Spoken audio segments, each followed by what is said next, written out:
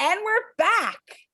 Welcome back to yet another episode of Singular, where we, of course, discuss Record of the Year, asking you to put on your roller skates and take it back to 1971, when NPR broadcast for the first time, giving us the advent of what Republicans call fake news. A house cost on average $25,000, and I believe the minimum wage was still what it is today. Bum bum bum bum bum bum. Pew, pew, pew, pew, pew. Joining you as usual and looking very spring-like and Easter eggy and rocking a larger collar in honor of the year, Eric Nelson. Woo! I'm shooting the moon. You might not be listening yet, but I'm shooting the moon. And in case, I don't always get to say this, but I got a brand new pair of roller skates. You got a brand new key. So I appreciate everyone collecting all of that for today's podcast. So, keeping us on track with our facts and figures and looking so cute in those blues, Dr. Vincent Stevens. Ciao, America and worldwide territories. Where we are blocked. Sometimes. And dear listener, do we have a special guest for you? Joining us is Seth Peterson. As many of you know, Seth is a proud and celebrated public school teacher in the 617, but he also happens to be an accomplished musician, playing with several instruments in multiple bands, including guitar, bass, and mandolin. You can catch him in the Boston music scene with Jamie Dunphy and True North, as well as Electric Standard, and often sitting in with multiple bands across this great state.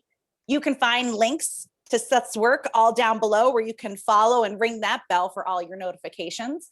And of course, check out their benefit album, spearheaded by Jamie Dunphy, with the song that gives you hope, with all proceeds going to Musicians Without Borders. Welcome, Seth Peterson. Thank you. It is truly an honor to be here. And I can't wait to talk about all the bops we've got. these songs may slap. I'll have to. Boom. Shazam. All right. Oh, and I'm Susan Lombardi Verticelli every time. You are her every time. You're such a modest person. I can understand why you are the wind beneath your own wings. That's what my kids say. Spoiler alert, 1989 is coming, America. Oh my goodness. And worldwide territories. Who we might or might not be blocked in. I'm also joining. I kind of feel like my fringe might be a little 70s. I don't know. I think we can all go down to the Regal Beagle and find out. Yes. We'd start a poll. We'd start a poll. Did you say we should go to the Regal Beagle? We should, yes. I'm very Janet. Don't you think I'm very Janet? Well, you do work in a florist shop. To my face. Anyway. All right, Eric Nelson. Yes. So Dr. Vincent Steve. I should kick it to Vincent, right? You should kick it to Vincent. Oh, you could. Sure. Kick it. Okay, so 1971. So these are your top 10. Number 10, Not Three Times by Tony Orlando and Dawn. Number 9, Just My Imagination, Run Away With Me, The Temptations. Number 8, Take Me Home, Country Roads, John Denver. Number 7, Go Away Little Girl, Donny Osmond. Number 6, Indian Reservation, Paul Revere and the Raiders. Number 5, How Can You Mend a Broken Heart, the Bee Gees. Number 4, One Bad Apple, the Osmonds.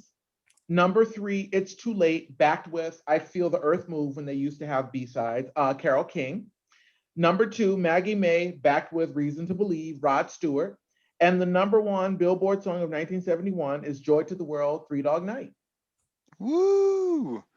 Which was one of the nominees this year. So who made it to that top 5 list? Well, we will kick things off today with George Harrison and Sweet Jesus, followed by the theme from Shaft by Isaac Hayes, and then Carole King, who you just heard about being in the top 5 of the songs of this year, It's Too Late, followed by another Carole King creation, though not her version of the song, but James Taylor's You've Got a Friend. And then we will round things off with that number 1 song of the year, Joy to the World by Three Dog Night. So Shall we get a little sweet, Vincent? Maybe add a little nectar to this listening party with some My Sweet Lord. I said Sweet Jesus, which was wrong, but it's My Sweet Lord is the actual name of the song. Whatever, it's all the same. Choose your Lord. It doesn't matter. Doesn't matter. Exactly. And I'm gonna make sure, yes, that my sound is optimized, and I think it is. So let's see, My Sweet Lord.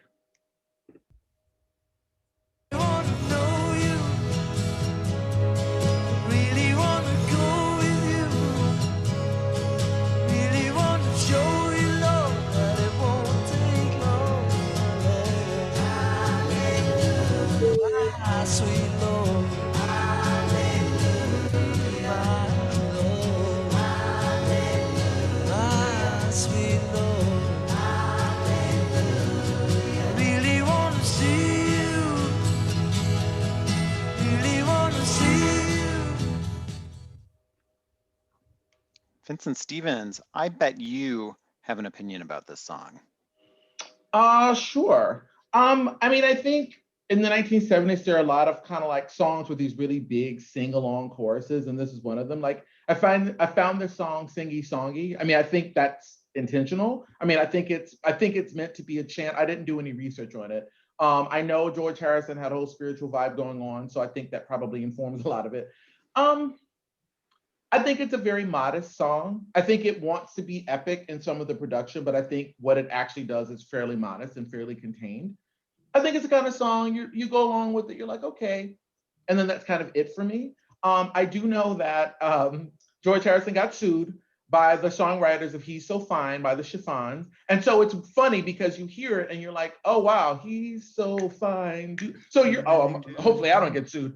But so I don't know. I think it's a very mellow song. It's sort of in between trying to be very mellow and earnest, but also trying to be the spiritual chant. So it's got a few things going on.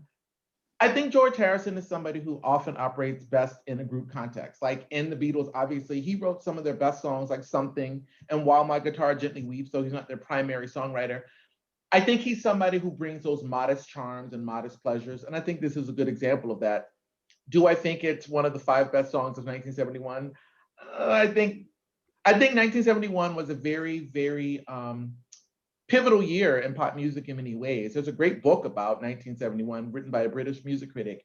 And I can't say that this song factors very highly. I think it's very pleasant. It's got some modest charms, like several songs in this group, but I'm not sure that it's kind of a cutting edge representation of 1971. So more on that later. Well, speaking of a cutting edge representation of almost any year, Susan Lombardi Verticelli, who also cannot be contained in any year or at any moment. Susan. Thank you. I probably can only say this on this podcast this year, but truly, honestly, deeply, I was not alive in 1971. So I have a hard time like connecting with all of these songs. And adding to it, I'm going to admit something here that maybe I should not admit. But in all of my years, I had no idea that this song was called My Sweet Lord. It's called Sweet Jesus, actually. I thought it was called My Sweet Love, which I thought made it a very kind, loving, wonderful, romantic song. And when we were getting ready for this podcast, when someone was like, it's the song My Sweet Lord, and I was like, oh, I don't know that song. And then I was like, oh my God, I do know that song, but I've thought that he's been singing about his love. But now I understand that this is why you can sing about sex and God and just make them interchangeable. I think it works. Try it, America, try it. I think that opening guitar is best supported with the introduction of the additional instruments, I think, which are really fantastic. I think this song is incredibly repetitive. I'm not sure. I think there are 3 lines in the entire song. And now that I realize that he's singing about God, I'm not into it. And I have a hard time with it. I think the music's kind of cute, but that's probably why he got sued, because it's probably not his now that you say that. So thanks, George, but now I'm kind of disappointed in you. Well, let's wipe that disappointment away by going to somebody who does provide cute music. Seth Peterson, will you join us on stage here? And love to hear your take on this particular bop. Thank you. I'd be honored to. I wasn't quite slapped by it. No, I have to say that I'm a big fan of George Harrison. I'll go out on a limb and say this album, I think, might be the best solo Beatles record, top to bottom, in my opinion. Though I'm a big That's what she said. Yeah. I couldn't let that go. We love it. I agree with Susan about the guitar intro. I think one of the best parts and one of the things that separates it so much from He's So Fine is that really interesting slide guitar line that's almost got a touch of the Eastern scales that he was studying. Harrison was studying under Ravi Shankar at the time, I think, learning sitar. He'd done that in '67, but he was still a student of Shankar. And I think this song has a lot going against it. I'll talk more about that. And you've mentioned a lot of it already. Just be honest, I'm not big on the religious idea, and there's a lot of, I think, overly precious religious songs out there. I'm not usually a fan of artists turning towards God when they haven't been doing that before. And major strike against it is that it was a long legal battle, but Harrison lost and did have to pay rights for taking the same chord progression as He's So Fine. And another thing it has going against it is Phil Spector, who's really hard to stomach then and now. And so I think those are three big strikes. That said, I do think I wish All Things Must Pass, the album title song, had made it, because that I think is a really pinnacle and brilliant. But I'd say one thing about the lyrics I think are interesting about this song. It's, in fact, I'll add here, the whole year is lyrically disappointing. More on that soon. But it's highly repetitive, but I think that's really intentional to bring that sort of Eastern Vedic kind of mantra idea into religion. And one of the things I do like about it is that the background vocals, which are really repetitive, but subtly shift from Hallelujah to Hare Krishna, and it's sort of following Harrison's own spiritual journey. And I'd say I do like Harrison, and I think that one thing I'd say is of all those spiritual yearners, I feel like his was really sincere, at least. I don't think there was this phony pose about it. I think he really did take an interest, and so he gets a little bit of a nod, and I do love listening to that album. So I'll pause there for now.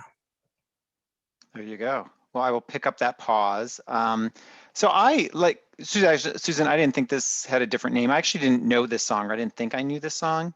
And then I listened to it for what I think is the first time for this podcast.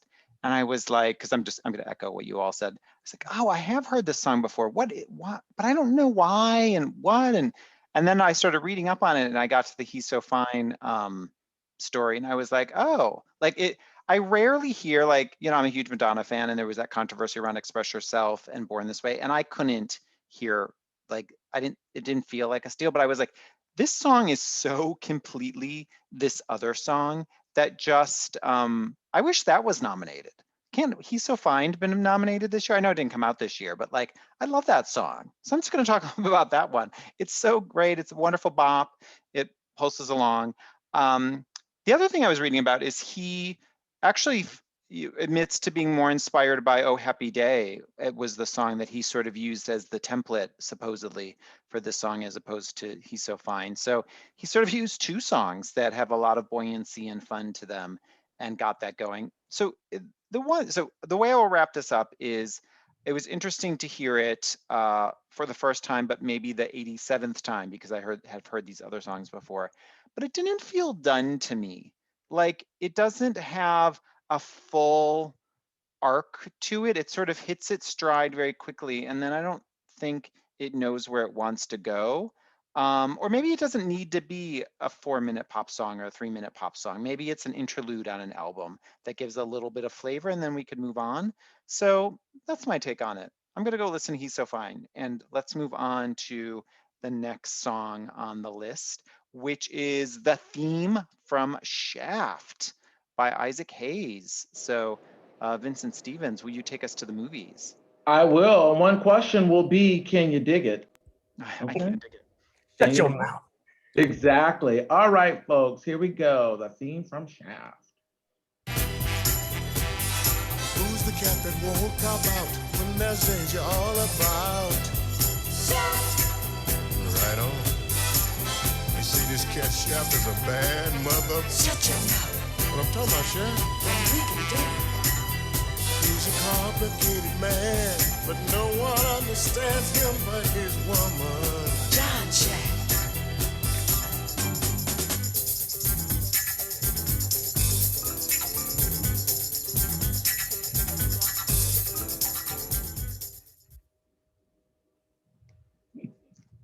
The most beautifully complicated man I know, Vincent Stevens. Will you? Thank you. The feeling's mutual. I love this song and I love this record. It's so innovative. It's so distinctive. It's such a groundbreaking recording. The wah-wah guitar, the vocals. I mean, it's, you know, this song is the anthem to the most iconic like blaxploitation film of its time. And I think that, you know, Isaac Hayes is someone who really was kind of a soldier in the music industry. He wrote a lot of songs. He produced a lot of songs like Hold On, I'm Coming with Sam and Dave. So he was somebody who was kind of a respected producer, composer, and then he decided to have his own solo career. And he was one of the first Black artists to really take the album form and make these like concept albums. And so I think Shaft is such an epic, like fun, interesting song. And I think in this group, especially like the music stands out, like it pops in a way that other songs in this group don't pop. I think obviously because of its nature, there's a little bit of a tongue-in-cheek thing, like it's been parodied many different times. But I have to say, I mean, he got the last laugh, he got the Oscar for this song. So I'm like, good for you, Isaac. I mean, I think if I were to be critical of the song, the one thing I would say is that, just based on the fact that it's so specific to the movie, it sort of is in that it borders a little bit on a novelty song. Like, it's kind of like, you can't compare this to Bridge Over Troubled Water. Like, they're just, which won Record of the Year the year before. Like, it's in a different league in terms of what it's aiming to be. But I think it has a certain mark and it exceeds that mark. So I have to say, I mean, it's a classic song. I enjoyed it. I think it does stand out in this group for a lot of different reasons. Again, it's not a song for all occasions, but I think it still stands out on its own. So I'm actually glad it's in this group, given the fact that this is such a, for the most part, kind of middle of the road, kind of uninspired group of songs. It's kind of hard to overlook this. So good on you, Isaac Hayes. And I can dig it. I've heard that and we know it. So going on to a very inspired group of something in my lower left-hand corner, Susan Lombardi Verticelli. What is your take on this song? This song is a bad mother. I to Vincent's point, this song just kind of like stands out in this year. It is so different. And while it's kind of this like 70s jam that slaps, I think it's pretty timeless. You know, like I think you could throw this song into a lot of different mixes. I mean, you do have that wah-wah sound, but people are still using that wah-wah sound. We like that wah-wah sound. I love those drums, that guitar. I think my one critique of it would be like, this song is way too long. We finally we're in an intro for 3 minutes. And I think that that's something we could actually like edit down. But he's the cat that won't cop when danger is won't cop out when danger is about. I just think it's a lot of fun. And I do kind of feel like this year doesn't inspire a lot in me. And then you play this one and it feels good. Yeah. Thanks, Isaac Hayes. Talking about feeling good, Seth Peterson. Well, thank you. Come back up. Yeah. Woo-hoo. Good to be back on. Except that I think this year's songs are pretty good songs all around. I agree with everything that Vincent and Susan said. So I won't take up too much space, but I think this song is so iconic. I think if you ask someone about that funky wah-wah sound, this is what people will play. And I think it's so significant that, you know, that movie and Isaac Hayes being the first African-American to win an Oscar in that category of composer, those things really matter. And I also agree in terms of the few things I'd point out that really, it goes a really long time before any words come in. And it's a good groove, but actually I think Isaac Hayes, my one thing, it's great to see him honored and get recognition. Like Vincent said, he was such an important stalwart of the Stax music scene. He wrote so many great songs, produced them. For my money, if I can pick an Isaac Hayes album, I'd take Hot Buttered Soul any day over Shaft. And I talk about long intros. His version of By the Time I Get to Phoenix, I think goes 18 minutes before there's really any, he talks, but he doesn't do any singing. But that's amazing. That's like puts you into a funk trance. So I do love Shaft. The lyrics are hysterical. I mean, I think there's a tongue-in-cheek quality to it all the way through. But it is a little bit repetitive in a way that I think could have been solved. And I think, Vincent, you make a good point about how incredibly specific to the movie it is that, you've even got his name being mentioned. So it's got a lot going for it, and it certainly does a lot more to get you moving than anything else on this list of songs for this year. Also, I just want to say really quickly, Sammy Davis Jr. had a period in the early 70s when he was trying to be hip. So the song The Candyman became a number one hit in the early 70s. So he quickly did an album called like Sammy Davis Jr. Now. And included on there is a version of this called John Shaft. And I think you need to just listen to it and make your own decisions about whether that was necessary. I think it's got more lyrics. That's quite a distance from The Candyman to this song in one album. Is that both on one album? No. Wow. Oh, and I have to do a quick nod too. I got to give credit to the Bar-Kays rhythm section, which makes that song move so well. You're always in good territory when the Bar-Kays are playing. Indeed. So what's so great is this song is so, you all have talked about how it's different from the other nominees and different from other songs out this year, but also is like, it's not a traditional or typical pop song. And the fact that the audience was like there for it, like this song went to #1, like this song was not just like sometimes these nominees are picked by the industry as something that, moved something forward or did something significant musically, which this did also, but also became a huge hit at the same time. Like how amazing that the audience was ready and embraced this song. I love that it's a journey, like, because it's part of a movie and it's the theme and part of the score. I actually really love that it has so much variety in it. I thought like, oh, like at every few moments, we're taking a different turn and I'm getting different flavors. And I really appreciate that because it's so different from what a pop song is, which sort of finds its hook and then it's got its chorus and then it just repeats those same elements over and over and over again, oftentimes in really pleasant ways because they're earworms that you listen to.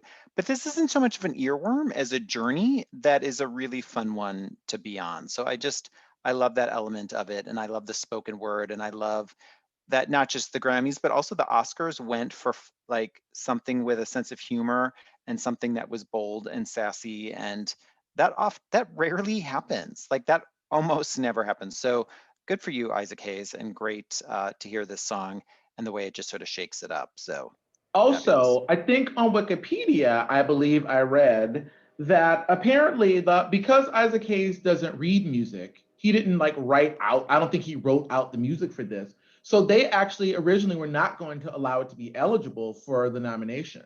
So there's a whole thing, but I mean, in the end, he prevailed. But I think sometimes these rules sort of are meant to preserve some sort of whatever. And I'm just like, give me a break. So that's boo on them, but he won anyway. Indeed. I bet he would have said to them, it's too late. I'm going to get a nomination. So let's move on to our third nominee, which was a monster year for Carole King and her Tapestry album. So it's too late, baby. It's too late. We really did try to make it though. Like, didn't we? I think so.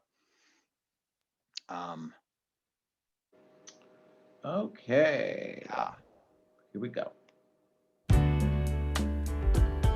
It used to be so easy living here with you. You were light and breezy and I knew just what to do. Now you look so unhappy and I feel like a fool. And it's too late, baby, now it's too late. Though we really did try to make it. Something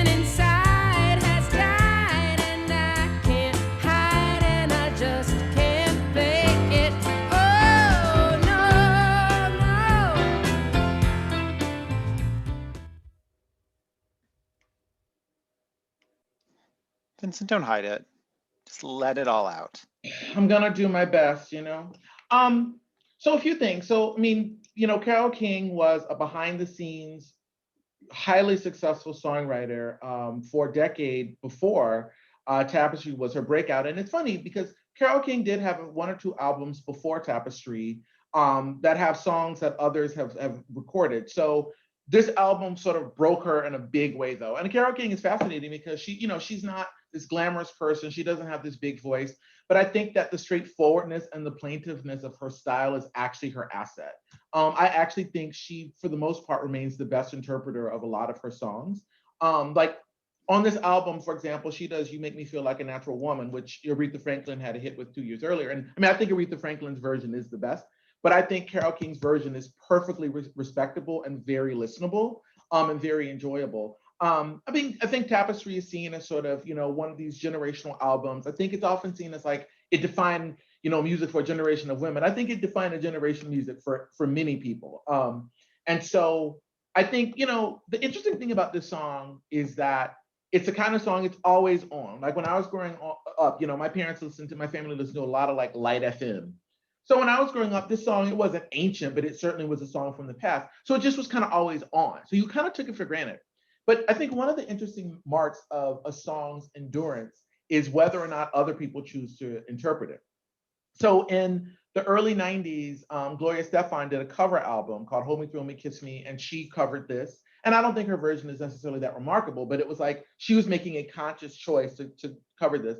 And then in 1995, there was an album called Tapestry Revisited. And I think Amy Grant may have done the version of It's Too Late on that, I think. And then Karen Allison, who is a jazz singer who emerged in the early 90s, excellent jazz singer and pianist, has an album called Wild For You, where she does a bunch of songs from the 70s in a jazz, she rearranges them in a jazz context.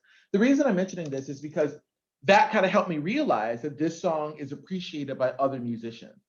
I really like this song. I think it's definitely a light FM soft rock classic, but I think it's in the upper echelon of those. I think it tells a story.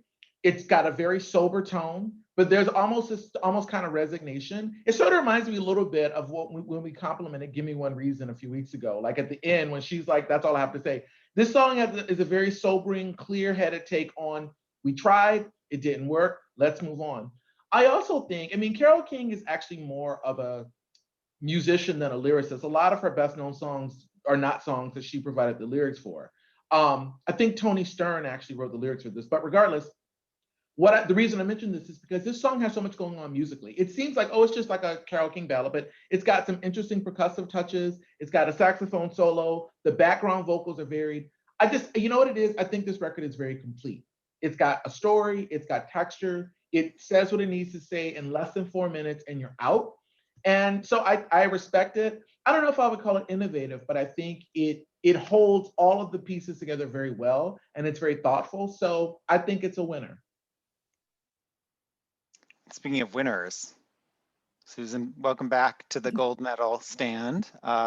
First place. First place, indeed. So many of Vincent's points. I just think this song is just beautiful. I think kind of different than the theme from Shaft, which who knew we would be comparing the theme from Shaft and Carole King's It's Too Late. I actually want more in the beginning. I feel like the verses and the lyrics telling a story so beautifully almost end too quickly. Like I'm like, wait, then what happened? I just absolutely want more from this song. And to Vincent's point, I just, love the way that she's singing. She's not like lamenting. She's not deep down in this like sorrow, but like, hey, you know what? We tried. I think the instruments are gorgeous, telling a story, taking us on a journey. The only thing is I want more. That first verse just ends way too fast for me. And we're so quick into the chorus, but I guess that's like the sign of a good story, is that you always want more. Thanks, Carole King. Well, speaking of wanting more, the sign of a good guest is wanting to hear more. So Seth Peterson. All right, back to you. Good to be back. I'm going to preface, so you can have troubles coming, by saying I in no way want to drag Carole King. Actually, I'm a big fan, and I love the album Tapestry. this is not my favorite song from Tapestry. That said, what I will say, I think it is one of the great written breakup songs for the reasons that Vincent and Susan were talking about. It's so matter of fact. It's a very real acknowledgement. Kind of reminds me in that way of For the Good Times, which is from a similar era. This sense of like, this is where we've ended up. We gave it a good shot, but let's be real about where it's at. So lyrically, I actually think, I will say this, I think lyrically it may be the best of these 5 songs, but that's unfortunately not saying too much because I think that's the biggest weakness of this year's category. I love lyrics and we don't have many strong ones in this year's candidates.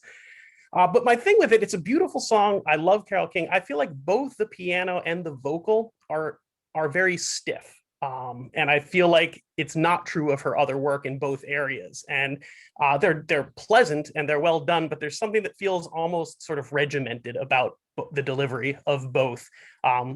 This was the B-side of I Feel the Earth Move, which I just love. That gets me out of my seat. I love that song. And that one I would be tearing up this list for me. I love that song. And I think that's her best performance vocally that she did. So that was a little weakness. The other thing about it, a little bit like my comments on Harrison, where the song itself I really like, but the history, this is such a like incestuous story of this song with Tony Stern, the artist from LA, writing it. She dated James Taylor dated Joni Mitchell. This song is supposedly about Stern's relationship with James Taylor, but people thought it was about Carole King and James Taylor. There's just so much, a little too much of that California intermeshing going on here, but it is an interesting story and certainly makes it have a little saucy history to it.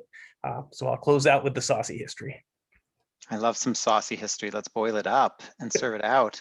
And then how interesting, next, Seth, we're going to hear a James Taylor song, which was recorded almost at the same time when Carole King did her version of that song. So we'll get to that in a moment, but and the fact that they're same players and backup singers on both of those songs. Anyway, well, I love a song, like I love this song, and I love when I don't mean like adult contemporary soft music comes along, but songs that deal lyrically with it, like the realities of life and love, and give you an adult point of view where it's not about, you know, white horses and flying on magic carpets and, you know, singing about princesses. Not that there's anything wrong with that, because those are all fun songs as well. But like when a real adult lyric written song comes along, it just always just grabs me. It sort of reminds me, even you were talking about our, you know, discussing, you know, Tracy Chapman, but also like all those Anita Baker songs that are so great are lyrically so weighted in maturity in such a great way that I just, and it doesn't happen that often, and I love it when it does. I was also reading up on this song, and, you know, Seth, I don't know if this explains, it probably doesn't, but, you know, some of the things you're talking about with the piano and her singing, she purposely wrote minor chords or used minor chords and discordant notes to get that sort of the unease of what, you know, a relationship is about. Though, Susan, to your point, it's not like this person is crying and waiting for this person to call back. Like they're looking back and reflecting on this time and they've resolved it, but there is still this sort of melancholiness. But it's interesting to hear, you know, that Carole King also used these structural choices in how she wrote the music to meet the emotion of the song. So I don't know if that would have caused that to happen, but maybe that's part of that, whatever. But there's just something about it. I'll say one other thing, sort of like Shaft, it pulls you in a very different direction than what musically was going on. And I think it stands out in a nice way, but I also love Feel the Earth Move. So anyway, let's stay into this, like, interesting melange, you know, milkshake or smoothie of Laurel Canyon, and go with You've Got a Friend, James Taylor, written by Carole King. You just call up my name, and you know wherever I am, I'll come running. Oh yeah, babe, to see you again.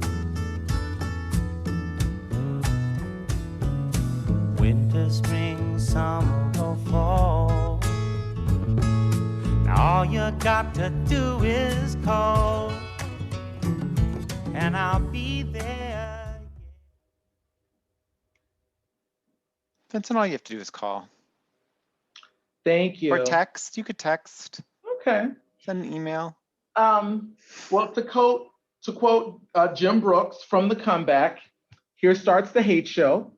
So this is where James Taylor makes a pivot, a rather unfortunate pivot.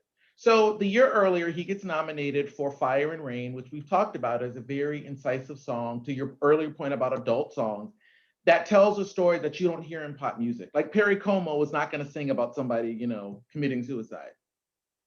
So I think James Taylor became a superstar after Fire and Rain. And I think what that ended up making him do, or what that led him to do, is to shift from, I think, somebody who's really trying to somebody who was like, you know what, I'm just going to be a pop star. So it's not that he didn't write other songs after Fire and Rain, but I don't think that he's written a better song since Fire and Rain, not even close. Like Shower the People, Mexico, they're catchy, they're radio ditties, but they're not telling us anything we don't already know.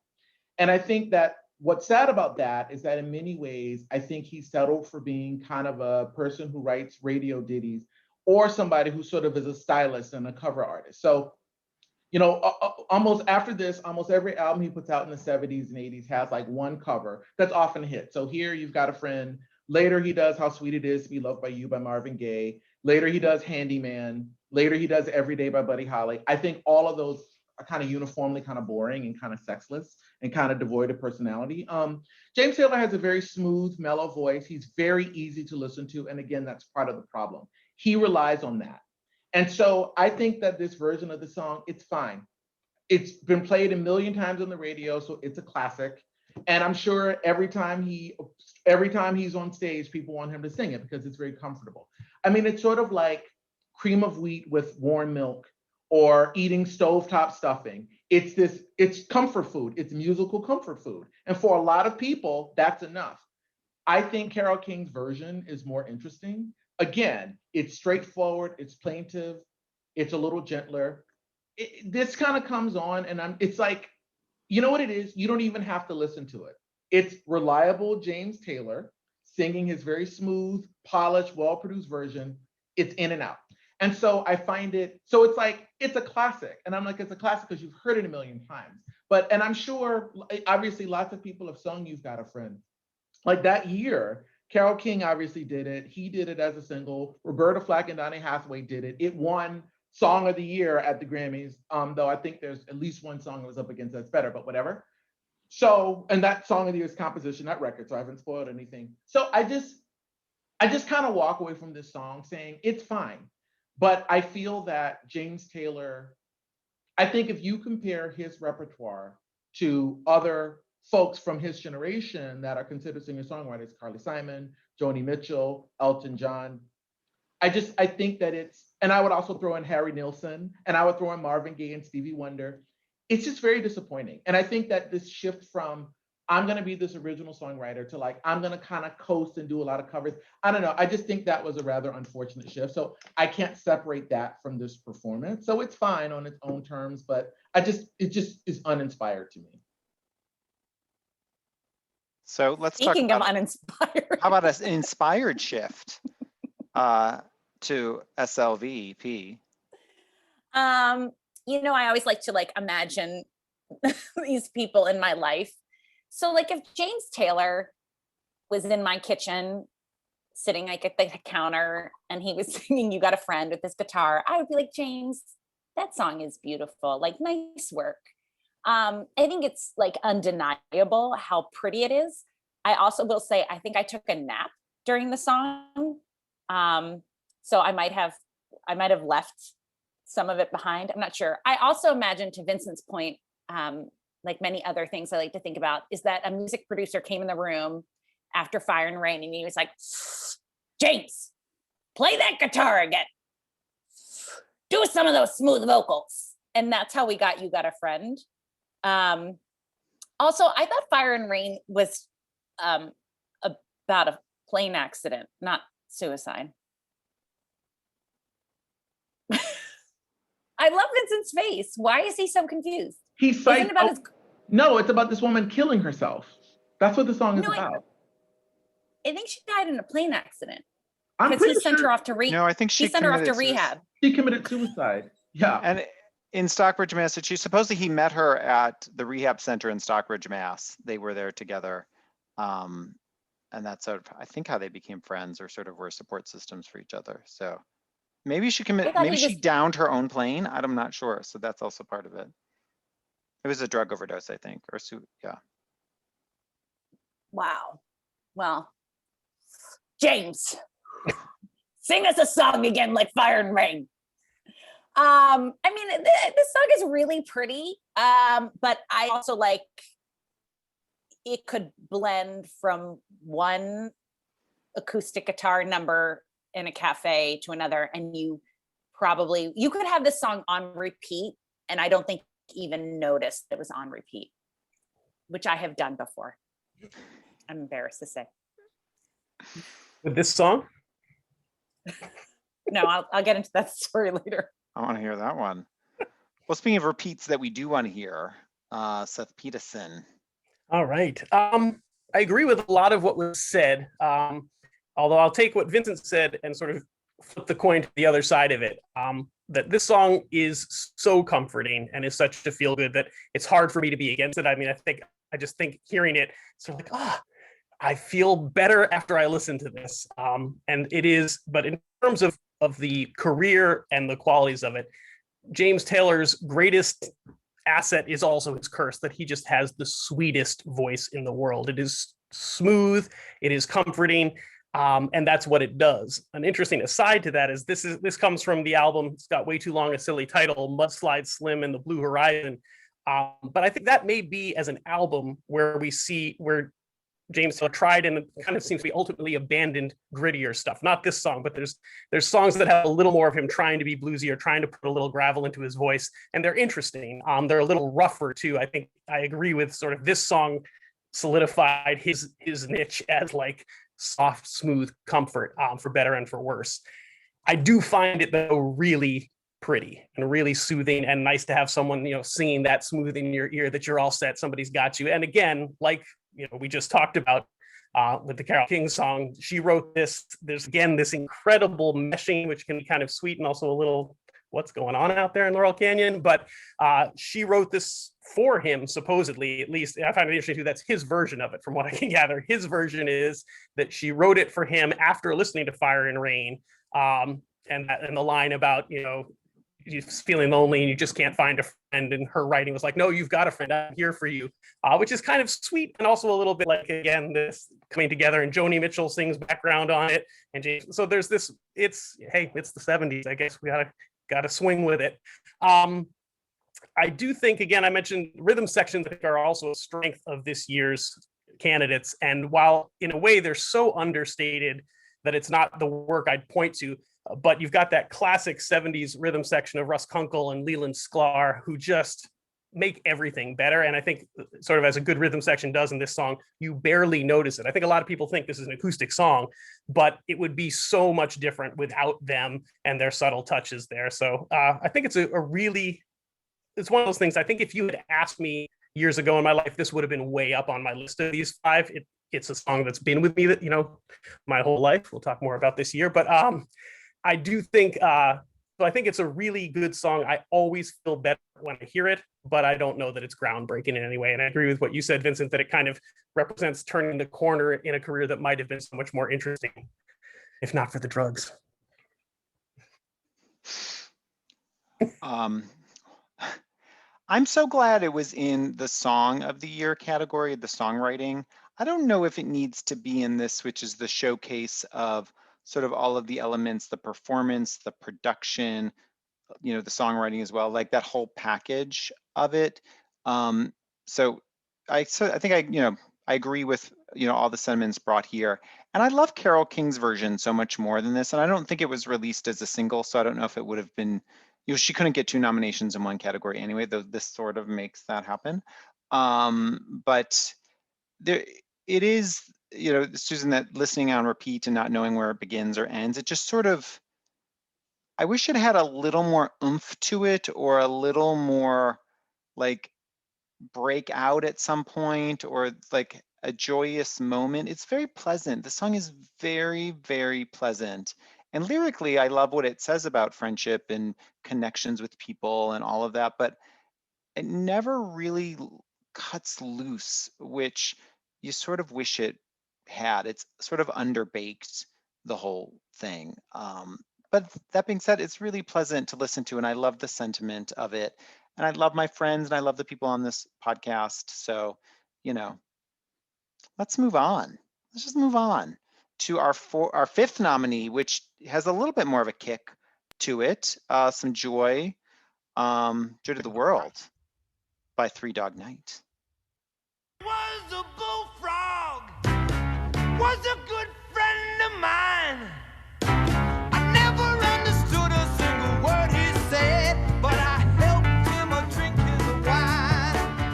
And he always had somebody fine wine, singing joy to the world. All the boys and girls now, joy to the fishes in the deep blue sea, joy to you and me. If I were Vincent, which diva that we all love samples this song? That would be Mariah Carey in her version, her seasonal version of Joy to the World. That's right. Mariah, she cross-cuts genres and eras. Every way. So Three Dog Night, I was joking with Susan and Seth, I think last weekend or whatever. Three Dog Night is one of those groups that's hard to place because they're so 70s. Like, they're a band, but they don't really write any of their hits. Like, they've covered Randy Newman, Laura Nyro, people who actually were considered kind of very different and progressive in the late 60s and 70s, but they have no edge to them. And like I was saying, I can't name a single person in their band. I could not draw a picture. If I ran into them, I wouldn't know who they were. So they're really pervasive in the 70s, but they're like strangely anonymous. And all of their records have this kind of weird 70s kind of grease to them. Like their records are very 70s. They're like slick, but they're slick in a very 70s way. Like I feel like if I were to turn on like my dad used to have this white Ford truck with a blue vinyl bench seat. And like, I remember listening to like AM radio, and I feel like this is the kind of song that was on there, along with songs by like, I don't know, CCR and like, I don't know, The Guess Who. It's just, that's where I place them. I mean, if I were gonna make a soundtrack of like bar band classics, or if I was like making a movie about like 70s college frats, like this would be there. It would have to be. So I mean, I would say compared to My Sweet Lord and You've Got a Friend, it's got like, it at least has a pulse. Like it's very energetic and it's kind of fun. It is a novelty song. It's kind of silly. It's kind of goofy. It's not something that I would ever seek out or listen to. And it doesn't have any ambitions beyond what it is. So, I mean, I think it's a song that was written for the radio. I was shocked that it was the most popular or most played song of 1971. I find that very strangely surprising. So, I mean, I think it's a lightweight tune. I don't think it is one of the 5 best records of 1971. I just think it's kind of a fun song, you know? So, yeah, there you have it. And I think it's a good example of the Grammy people nominating something primarily because it's popular and well-liked, not necessarily because it's like an artistic achievement. And Susan, you're in my lower right corner. So you and Eric are left to right for me, just so you know. You're on my right and Eric's on my left. Is on the left. Everything you own in a box to the left. Is Eric this way? Is Eric that way? Thank you. Is Susan this way? Susan's that way. Got it. There is this, you know, Vincent knows this because that's why he's helping us here, is I always need to know where Susan is at all times. So I have an alert on my phone. I have a tracker. Some might call it stalking. I call it a hug. Well, we just have to buy one ticket because you're my support. That's right, support animal. There we go. That's right. So Susan, you bring me joy. What is your take on this joy to this world? At this Can moment? I just say, like, I really love this song. You can say that. Thank you. I think this song is so much fun. And where other songs, and I'm like, I have no idea what they're talking about. And it makes me angry. This song, I have no idea what they're talking about. And I'm like, okay, let's do it. Let's sing about a bullfrog. We're drinking wine. I don't know what's going on, but this has got a good beat. It slaps. I'm here for it. I love the belt at the beginning of the verses. I want to go on tour with Three Dog Night. I think the drums are so much fun. I'm like ready to put on a fringe vest and do it. And I have to say, like, out of the nominees for this year, like this is sitting near my top of my list. Good listener. I think this is a really fun song. And I think that this belongs on Eric Nelson's birthday party mix. Absolutely does. And you all Yeah. are invited, by the way, to my birthday party mix. You know, I'll be there. I know. Well, I'll make you be there. Or we'll come move to the party to you. So speaking of parties and moving, Seth Peterson All right. got in a rug to this song, perhaps.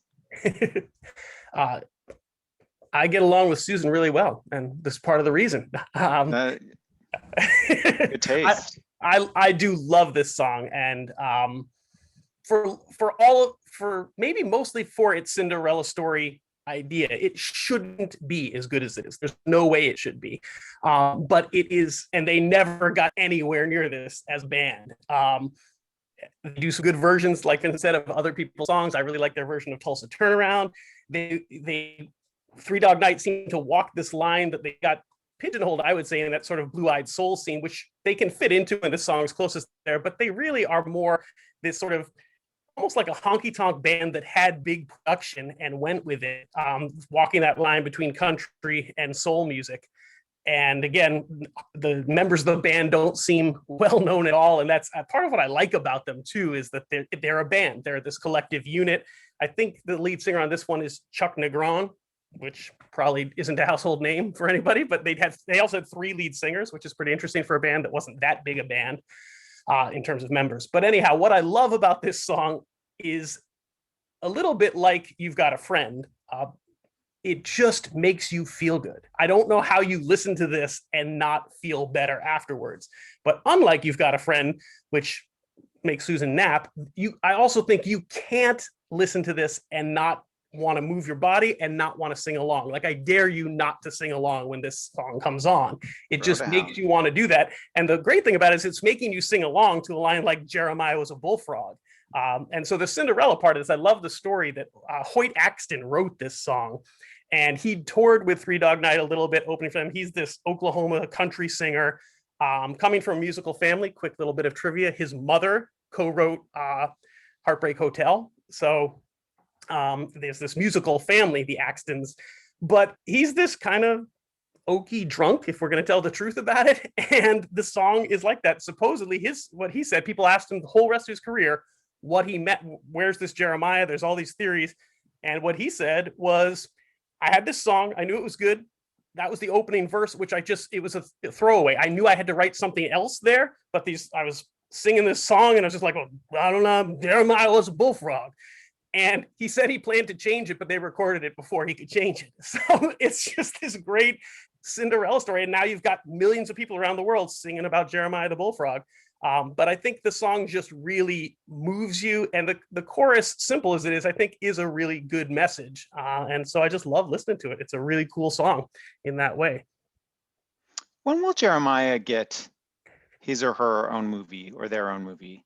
It's about time. Series, like, you know, the WB? Yeah, like perfect. You could put on a show about Listen, Disney, listen up. Everybody needs a bullfrog with a bottle of wine in its. Absolutely. What do you call that? Time has gone by too long without having that. So anyway, so this is, Susan, you queued me up so nicely. This is this year's birthday party movie montage. As Vincent mentioned, like, you know, it's a soundtrack. It never leaves the soundtrack world. I think doesn't it both start and end The Big Chill? Like, this song gets used twice, perhaps, in that movie. It just lends itself so well to that. It's super fun, and there is that great, like, just like compare, like with Chef, there's so much energy to this song out of these nominees, and I appreciate that. But I also think there's this book called Sugar, Fat, and Salt, which is about how the food industry gets us hooked on things. And they have this concept called the bliss point. And there actually is a point where if there's too much sugar, we actually don't want any more of it.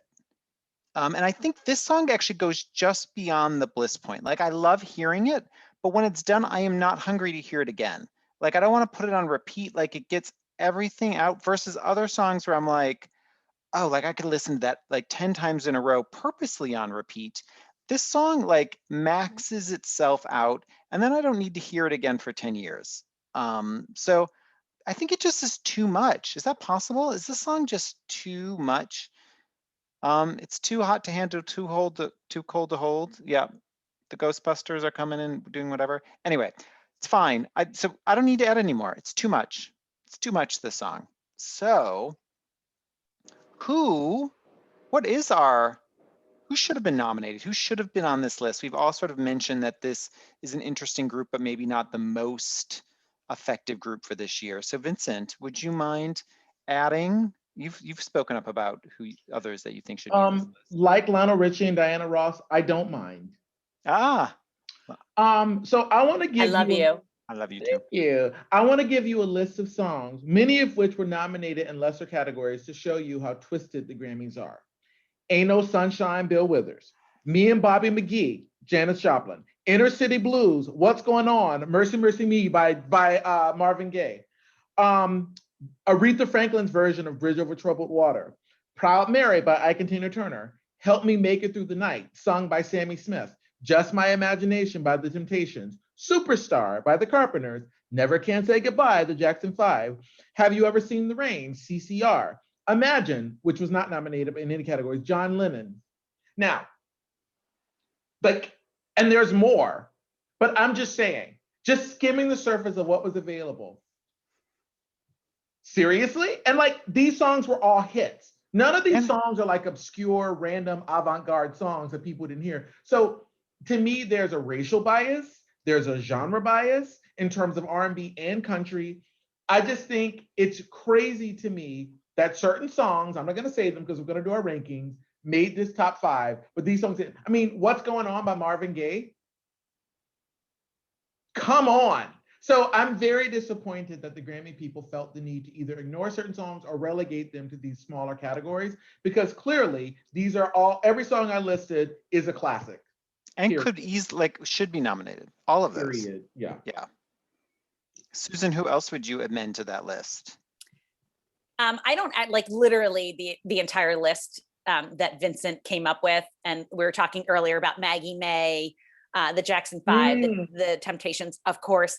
I have to say, when I was asking my smart speaker, who we are not endorsed by, to play the top 100 of 1971, a song came on that I did not know. And I thought to myself, is that the Jackson 5? Because the lead vocal sounded like young Michael Jackson. But the backup, the family, did not at all sound like the Jackson 5. So I had to ask my smart speaker who it was. And she told me it was the Osmonds with One Bad Apple. That song is terrible. And I don't know why I even got on the train, because I don't think it should be nominated. And luckily it wasn't, nor was Go Away Little Girl, which is also like a terrible version of that song. Anyway. The Osmonds are also singing One Bad Apple Doesn't Spoil the Bunch. And I'm not sure exactly what they're trying. I don't know if they're trying to convince someone to like keep an abusive lover or not, but I think One Bad Apple does spoil the bunch. They're just trying to imitate the Jackson 5. That's what they're trying to do. And was that little Donnie replicating Michael? Yep. Well, you know what? He does a good job.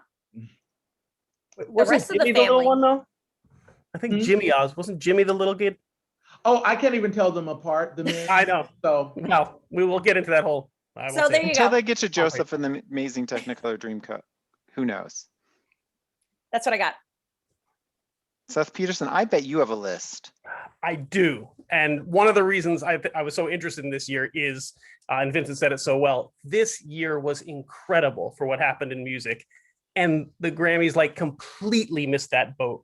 And I don't even know what genre, as I look at this list, and again, I do like the songs on the list. That to me says something about the quality of the year it was, but I don't even know what genre those represent, because even if we say, well, it's rock, they didn't touch on the great rock songs of this year either. Vincent's list, wholehearted, I want to endorse every single one there, and it's so shocking they weren't nominated. I want to also add to it Al Green. That you had Let's Stay Together, Tired of Being Alone, both came out in the same year. You had Betty Wright's Cleanup Woman, which is a little more obscure, but what a great song, what a great album coming out. Sly Stone's Family Affair, like so much was happening in the R&B world, and you know, yes, Isaac Hayes is there, and thank goodness Ike's there, but it's not even his best work, and that the whole genre, I think, you know, the Grammys turned their back on it. Again, as pointed out, Marvin Gaye's What's Going On, which, you know, was such an important, a landmark album, being ignored in that way is just such a slap in the face, such an insult. And also in the world of rock, I think so much was overlooked. I'm really glad Susan mentioned Maggie May, Rod's like incredible album by Rod Stewart, and really, I would say also a little bit of a new sound. It wasn't, but this blending of folk and rock in this gritty way, but with acoustic guitars and mandolin.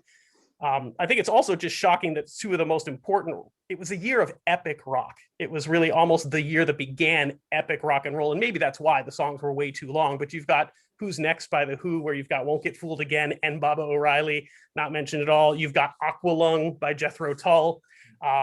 You've got Zeppelin 4, which again would become recognized later, but Stairway to Heaven, which is sort of like everybody's, oh, what's the great rock song? We're also sick of it. Not there. So it's just interesting, all of what was left out of this, and so many good songs that could have been nominated.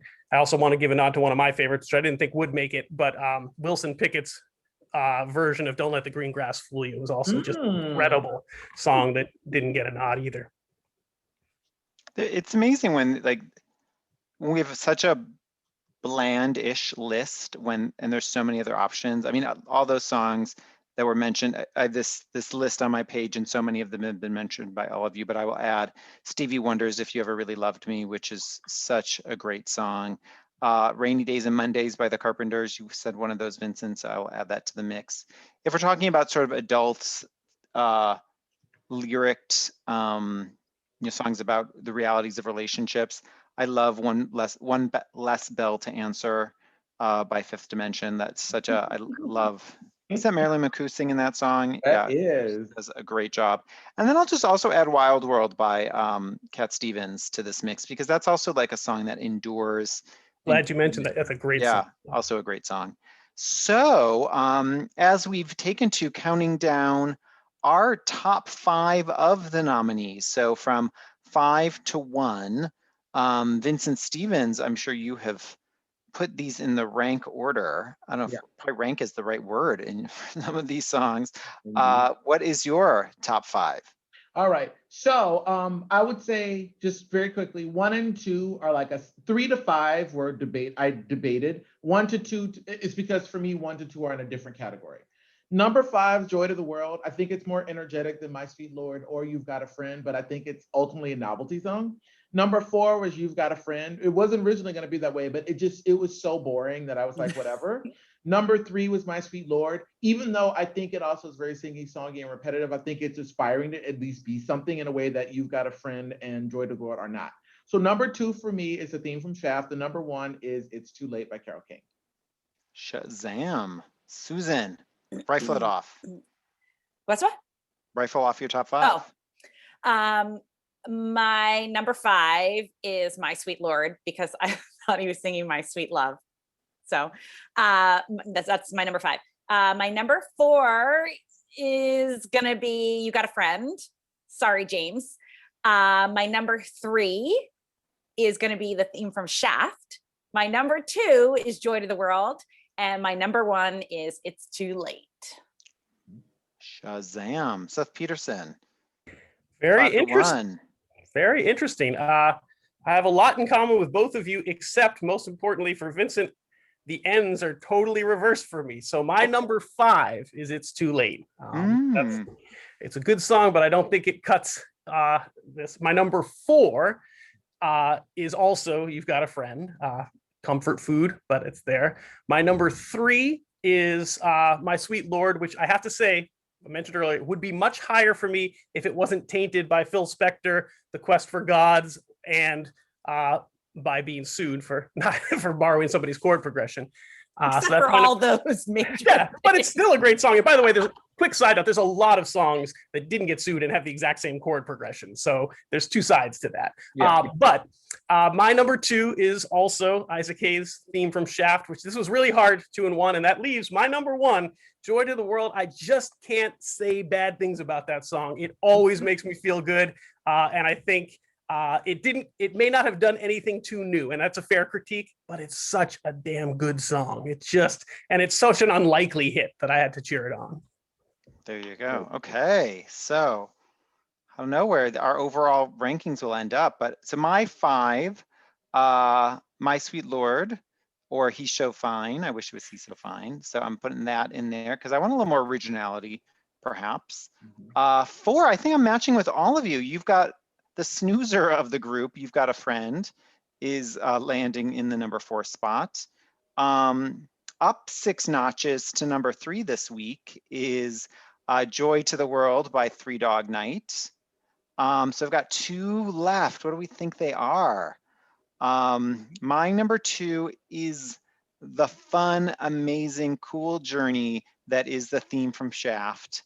And my number 1 is actually, we voted this a number of weeks ago when we picked our all-time favorite Grammy winners. And I put It's Too Late on that list. And I just think it's such a beautiful, wonderful, well-written and well-produced song. So thank you, Carole King, for that. All right. So So I yeah. did a quick tally. So 3 out of our 4 number 1s was So It's Too Late wins. But number 2 next in line is Shaft. So in many ways, the theme from Shaft is, even though it didn't win in our group, it's the most consistent. I think it's fascinating that all 4 of us thought You've Got a Friend is number 4.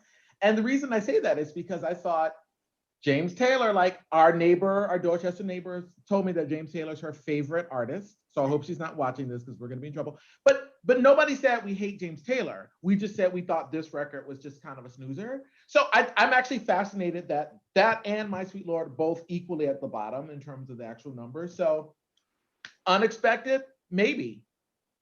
But Joy to the World, who knew it would be so controversial? I know. That's right. Anyway.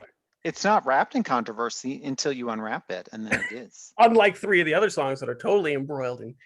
That's right, indeed. So Wow. And the whole podcast, which is very controversial. Just very ask controversial. Well, it got shut down on Friday. So, but who won? Which one of these 5 actually walked home with the golden gramophone? So Susan, Aaron, yeah. would you like the envelope? Was that what you're going to? I was going to ask you for that. The envelope, please. Will it please me? We'll find out. Wow.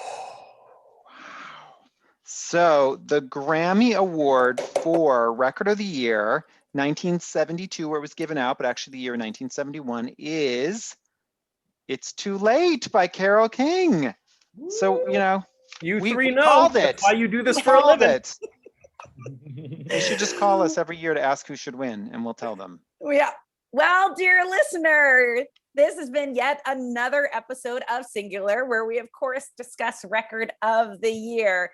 Special thanks and a shout out to our guest, Seth Peterson. We hope to see more of you, possibly in our own home and neighborhood. And of course, to your regulars, Dr. Vincent Stevens and Mr. Eric Nelson, and from myself, Susan Lombardi Verticelli. It's been an honor spending another day with you. And remember, it's Nominated. It's nominated. it's just an I'm honor Honored. To be. to To be. nominated. Nominated. Nominated. Yes. Ciao. Ciao.